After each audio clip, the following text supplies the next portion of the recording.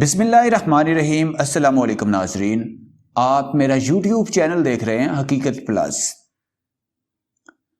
14 اکتوبر 2009 کو آپ نے بھی یہ خبر سنی ہوگی کہ نامور گلوکارہ Hadiqa Kiani bridal makeup کے حوالے سے سائیڈ بزنس کریں گی۔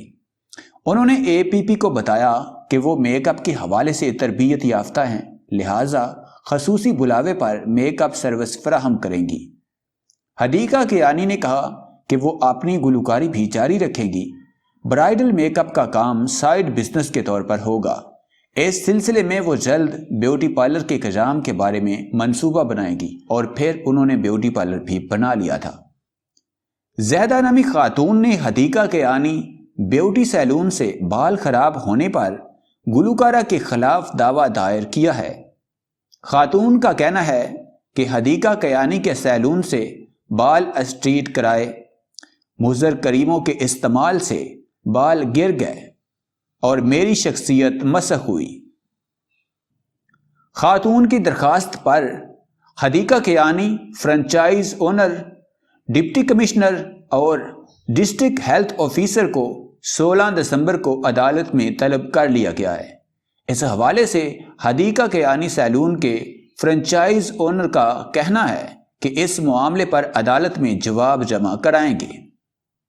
حدیقہ کیانی 11 اگست 1974 کو راولپنڈی، پنجاب، پاکستان میں پیدا ہوئیں۔ حدیقہ کیانی ایک پاکستانی گلوکار، گیت نگار اور انسانیت پسند ہے جو کئی ملک اور عالمی اعزازات حاصل کر چکی ہیں۔ حدیقہ کیانی نے دنیا بھر میں گلوکاری کی ہے۔ Hadiqa Kiani Royal Albert Hall اور کینیڈی سینٹر میں بھی گا چکی ہیں۔ 2006 تک حدیقہ کیانی پاکستان میں اپنی ماں کے ساتھ رہتی تھیں۔ اس نے ایدی فاؤنڈیشن سے 2005 میں زلزلے میں بچ جانے والا ایک بچہ گود لیا۔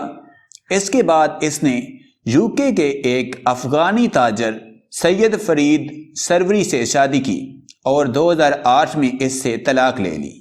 جبکہ 20 اپریل 2020 کو یہ خبر سامنے آئی تھی کہ معروف گلوکارہ حدیقہ کیانی نے وزیر اعظم عمران خان سے بیوٹی سیلون سے متعلق SOPs بنانے کی درخواست کی تھی۔ ملک بھر کے تمام شہروں میں لاک ڈاؤن کے باعث بیوٹی پارلر بھی بند ہیں، جس سے بڑے پیمانے پر خواتین بے روزگار ہو گئی تھیں۔ اس صورتحال میں گلوکارہ حدیقہ کیانی کا کہنا تھا کہ لاک ڈاؤن سے 80% بڑے بیوٹی سیلونز کی خواتین بے روزگار ہو گئی ہیں۔ حکومت پاکستان سے اپیل کی ہے کہ بے روزگار خواتین کو بھی فنڈز دیے جائیں۔